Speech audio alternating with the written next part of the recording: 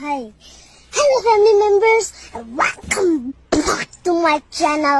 డాలస్లో recently game changer movie pre release event జరిగింది.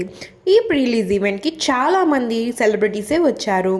Director, producer, hero, heroines, singers, villains ఇలాగ చాలామంది వచ్చారు. వాళ్ళతో పాటు చీఫ్ గెస్ట్గా మన పుష్ప డైరెక్టర్ సుకుమార్ కూడా వచ్చారు. అలాగే మన రామ్ చరణ్ గురించి చాలా అంటే చాలా ఇంట్రెస్టింగ్ విషయాలు చెప్పారు.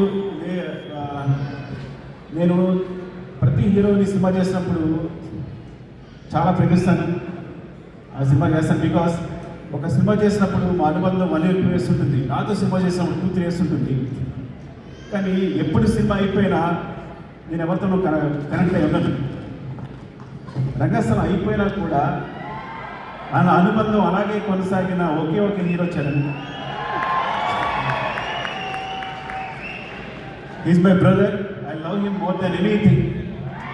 అలాగే రామ్ చరణ్ అంటే సుకుమార్కి ఎంత ఇష్టమో, రామ్ చరణ్ గారి యాక్టింగ్కి ఆయన ఎంత పెద్ద ఫ్యానో కూడా చెప్పారు.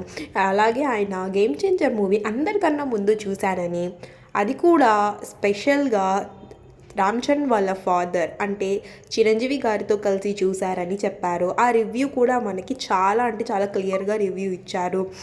సో మనం మూవీ రిలీజ్ కన్నా ముందే మనం రివ్యూ చూస్తాం. పదండి చూద్దాం. మీకు రహస్యం చెప్పాలి. చిరంజీవి సార్తో కలిసి ఈ సినిమా చూశాను game changer. So first review నేనే ఇస్తాను. ఫస్ట్ హాఫ్ ఆసమ్,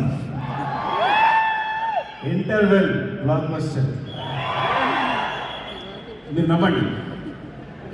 సెకండ్ హాఫ్లో ఫ్లాష్ బ్యాక్ ఎపిసోడ్ చూస్తే goose bumps, phenomenal.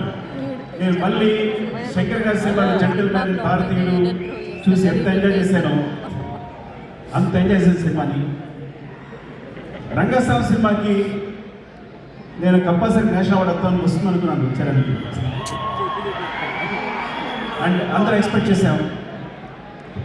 So but ఈ సినిమా క్లైమాక్స్ తన ఎమోషన్ చూసినప్పుడు నాకు మళ్ళీ అదే ఫీలింగ్ కలిగింది. యాక్చువల్లీ మోర్ దెన్ తను ఎంత బాగా చేశాడు అంటే definitely he will get the national award for this performance.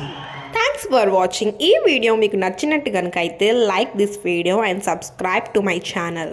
Subscribe చేసుకోవడం మాత్రం మర్చిపోకండి. నిహాల్ స్టఫ్.